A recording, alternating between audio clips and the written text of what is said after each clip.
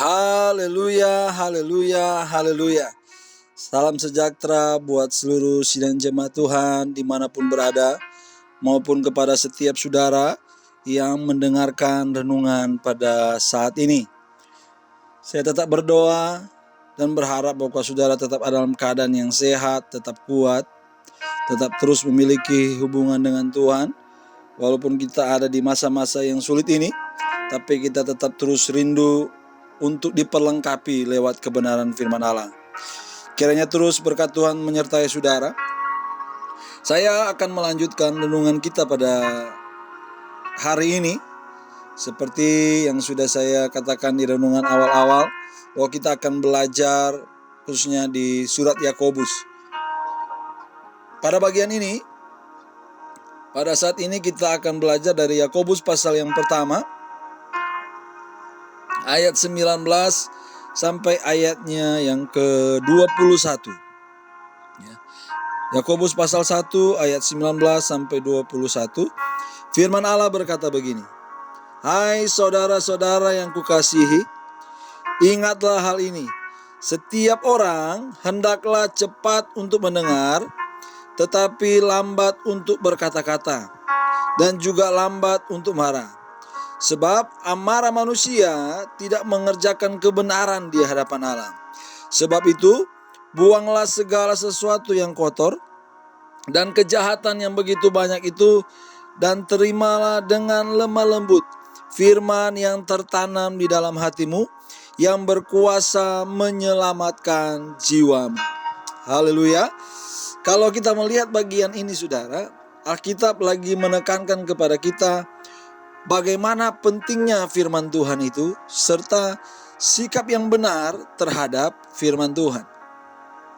Kalau kita baca di dalam ayat 21, menekankan pentingnya firman Tuhan itu dalam hati kita, dalam hidup kita. Yaitu bahwa ayat 21 berkata, bahwa firman Tuhan itu berkuasa menyelamatkan jiwa. Jiwa di sini pasti berkaitan dengan seluruh kehidupan manusia. Ayat 21 ini mengatakan bahwa firman Tuhan menyelamatkan jiwa, ya. Karena Allah, boleh saya bilang, selalu menggunakan firman-Nya untuk menyelamatkan manusia. Dalam konteks apa gitu ya? Kita tahu bahwa ketika manusia atau Adam jatuh dalam dosa, maka kehidupan manusia ini rusak total, ya. Manusia akhirnya menjadi naturnya berdosa, ya. Sehingga manusia ini dipengaruhi oleh dosa, gitu ya. Sehingga pikiran kita pun, pikiran manusia juga menjadi berdosa dan dikuasai oleh dosa dan kegelapan, ya. Itu dapat dilihat bahwa kita ini seringkali tidak bisa membedakan antara dosa dan suci, benar dan salah. Bahkan seringkali kita tidak tahu bahwa akan ada hukuman terhadap dosa, ya. Bahkan manusia jadi tidak tahu jalan keselamatan. Tapi pada waktu Allah mau menyelamatkan manusia yang ada dalam keadaan seperti ini, saudara, Allah harus memberikan wahyu khusus. Apa itu? Yaitu firman Tuhan, yang bisa menyadarkan manusia akan dosanya. Firman Tuhan yang bisa menyadarkan manusia akan adanya hukuman dosa. Dan firman Tuhan yang menunjukkan kepada manusia jalan keselamatan di dalam Yesus Kristus. Jadi semua ini menunjukkan bahwa firman Tuhan itu sangat penting. Karena itu saya dan saudara harus memberikan firman Tuhan tempat terutama di dalam hidup saudara, ya. Kita harus memiliki firman Tuhan. Kita harus terus dipenuhi dengan firman Tuhan. Kita terus harus diisi dengan firman Tuhan. Karena firman Tuhan ini yang memberikan penjelasan, memberikan pemahaman kepada kita, setiap kita, seperti apa kita di hadapan Tuhan. Siapa kita di hadapan Tuhan. Bagaimana status kita di hadapan Tuhan.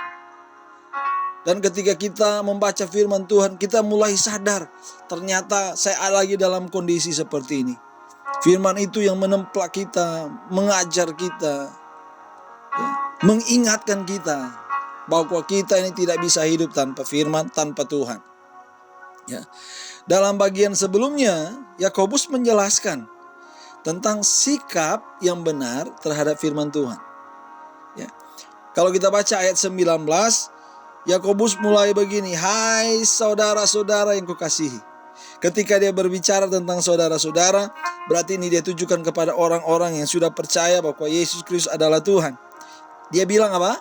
Ingatlah hal ini.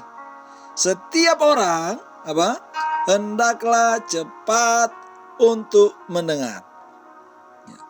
Sikap yang benar terhadap firman Tuhan yang pertama, dia bilang di sini apa? Cepat untuk mendengar. Dalam konteks ini cepat mendengar di sini yaitu apa? Cepat mendengar firman Tuhan. Ya, bukan cepat mendengar gosip, bukan cepat mendengar fitnah atau cepat mendengar cerita-cerita orang gitu ya, tapi mendengar firman Tuhan. Kalau saudara renungkan gitu ya, dalam hal apa telinga saudara cepat mendengar? Dalam mendengarkan firman Tuhan atau dalam hal-hal yang lain? Atau telinga kita ini justru cepat mendengar tentang gosip, tentang fitnah, tapi lambat untuk mendengar firman Tuhan. Jadi kita ini harus cepat mendengar gitu. Alkitab seringkali berkatakan, siapa bertelinga hendaklah ia mendengar. Ya. Bahkan Roma pasal 10 ayat 17 berkata, jadi iman itu timbul dari pendengaran. Dan pendengaran oleh firman Tuhan. Nah, kalau saudara mempelajari Alkitab saudara, ya, banyak kali diperingatkan kepada kita bagaimana supaya kita untuk cepat mendengarkan firman Tuhan. Ya. Bagaimana supaya telinga kita ini ketika firman Tuhan berkata cepat mendengar, ini berkaitan juga dengan sikap hati, sudah. Respon kita terhadap firman Tuhan. Saya kasih satu contoh. Mungkin saudara kasih ilustrasi kepada saudara. Seperti seorang pelayan yang mendengar panggilan bosnya, ya, dia pasti cepat mendengar, dia cepat meresponi. Ya. Bahkan seorang ibu mendengar tangisan bayinya, dia langsung cepat mendengar, dia langsung mengambil sebuah tindakan cepat. Reaksi dari seorang ibu, reaksi dari seorang pelayan itu bukan cuma reaksi dari telinga yang cepat, tapi juga ketika dia bertindak melakukan itu ada dikondisikan dari sikap hati sebenarnya.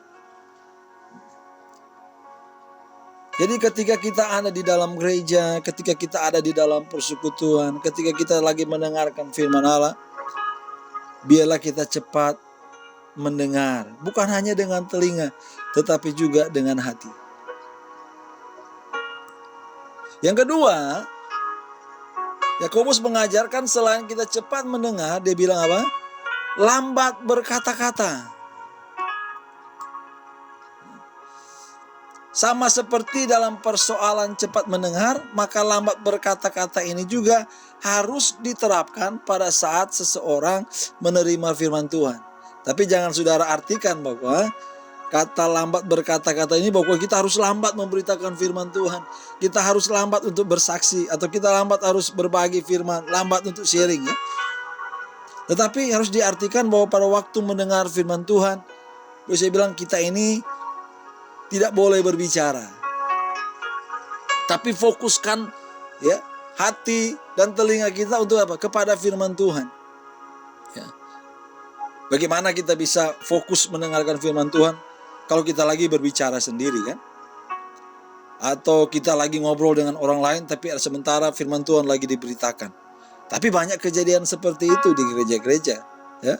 Firman Tuhan lagi diberitakan dari depan, yang di belakang lagi ngobrol sendiri, sibuk dengan kesibukannya masing-masing gitu ya.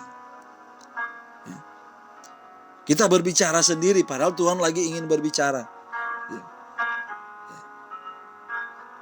Yang berikutnya dia bilang selain cepat untuk mendengar, lambat untuk berkata-kata, dia mengajarkan tentang lambat untuk marah. Lagi-lagi berkaitan dengan dengan sikap hati, saudara. Ya. Saat kita mendengar firman Tuhan, jangan marah. Kenapa? Kapan Arthur gitu ya? Mungkin saudara bertanya, kapan Arthur ada orang dengar firman Tuhan lalu dia marah? Alkitab banyak menunjukkan hal itu, gitu ya. Kain marah waktu dia mendengarkan firman Tuhan. Yunus pun marah ya waktu dia mendengarkan firman Tuhan. Orang-orang Farisi gitu ya, marah ketika Yesus memberitakan firman Tuhan.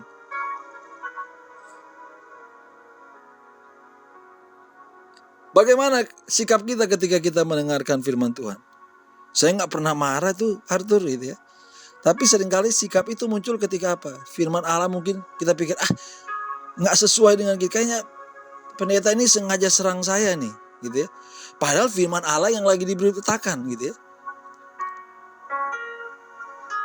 Tapi kita akhirnya apa? Marah sama firman Tuhan gitu ya. Kalau firmannya itu berkat, ya kita terima. Tapi kalau berbicara tentang penderitaan, bahwa apa yang harus kita lakukan untuk Tuhan, bahwa kita harus diajar untuk mengampuni, kita seringkali nggak mau melakukan. Ya. Kita marah. Ya. Tetapi ini respon yang harus dilakukan oleh setiap kita ketika kita mendengar firman Tuhan. Cepat untuk mendengar, lambat untuk marah. Terus dia bilang apa? Yang berikutnya, selain ayat 21 dia berkata apa? Buanglah apa?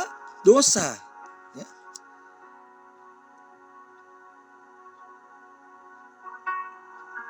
Kata-kata ini saudara ditujukan kepada saudara-saudara yang kekasih kan. Ayat 19 saya sudah jelaskan di awal tadi. Kepada semua orang percaya. Jadi penekanan mau bilang apa? Sebenarnya tidak ada orang Kristen yang suci. Ya. Kita semua ini harus terus berusaha untuk apa? Membuang dosa-dosa. Ya. Ayat 21 mengatakan apa? Begitu banyak saudara ya. Begitu banyak ya. Buanglah segala sesuatu yang kotor dan kejahatan yang apa? Begitu banyak. Ya. Dalam bahasa aslinya menuliskan apa? Berlebih-lebihan. Ya. Jadi kejahatan yang begitu banyak ini artinya kejahatan yang seringkali berlebihan dalam hidup kita.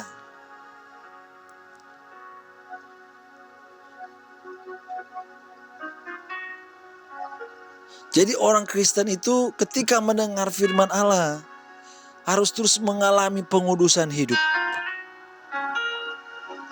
Harus terus hidup sesuai dengan standar firman Allah. Ya. Jadi kalau ada yang gak beres ketika firman Allah kita dengar, kita buang itu. Ya. Jadi perbuatan dosa ini harus kita buang, saudara.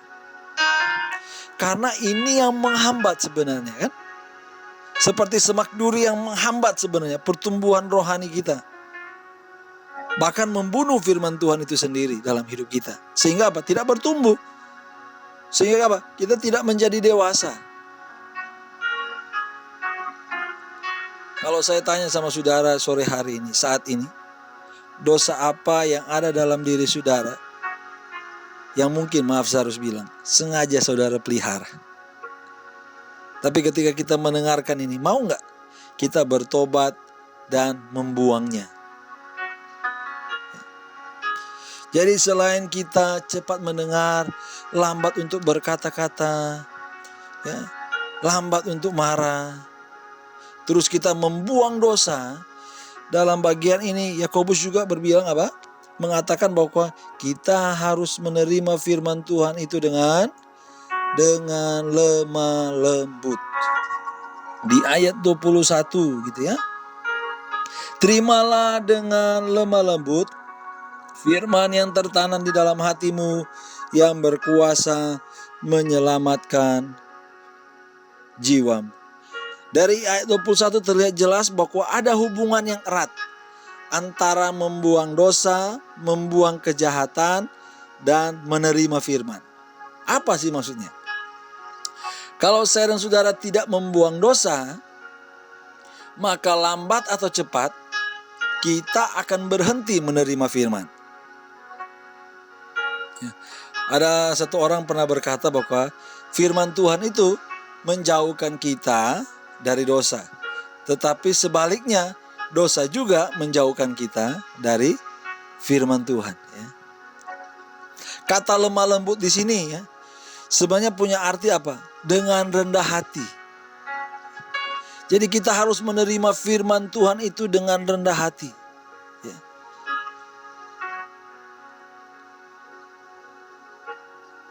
Kenapa ini penting? Sikap. Ini berbicara lagi tentang sikap hati. Ya.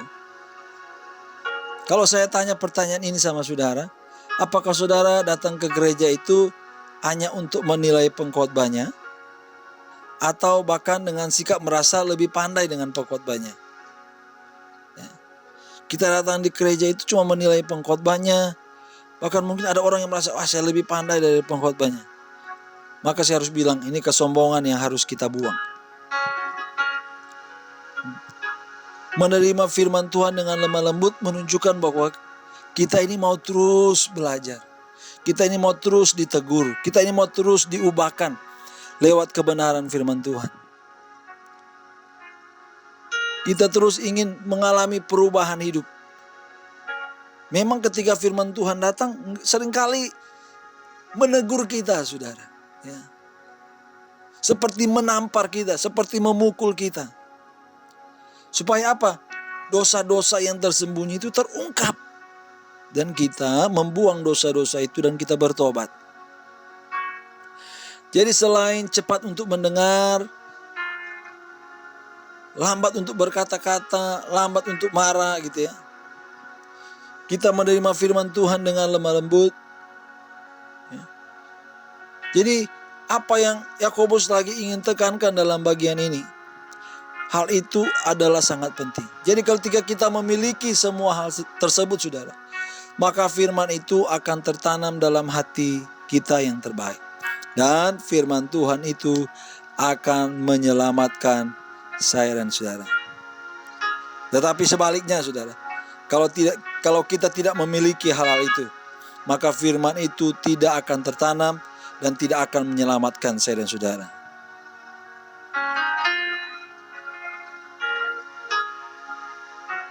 Mari biarlah hidup kita hari-hari ini, kita terus meresponi firman Tuhan yang datang sama kita dengan respon yang benar.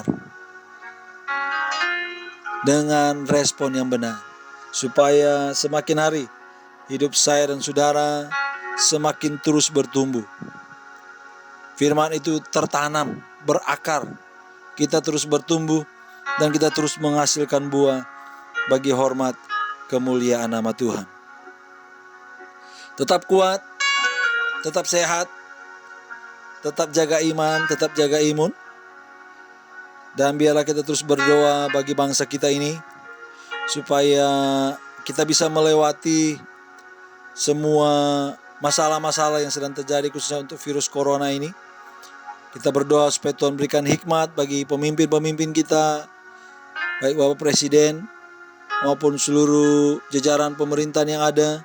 Bahkan kita juga berdoa buat tim medis, buat para dokter, buat para perawat yang terus berjuang, yang terus berusaha. Ya, mari kita kerjakan bagian kita. Kita tetap stay at home, kita melakukan social distancing, bahkan physical distancing, supaya hal ini cepat berlalu. Kita percaya ini bukan saatnya lagi kita berdebat satu dengan yang lain, tetapi kita bersatu bersama-sama. Kita mendukung seluruh pemerintahan kita, kita mendukung semua kebijakan mereka untuk kebaikan negeri kita ini. Puji Tuhan, Tuhan Yesus memberkati. Salam sejahtera buat kita semua. Sampai jumpa di renungan-renungan berikutnya. Haleluya, segala pujian, hormat, kemuliaan hanya bagi Tuhan. Amin.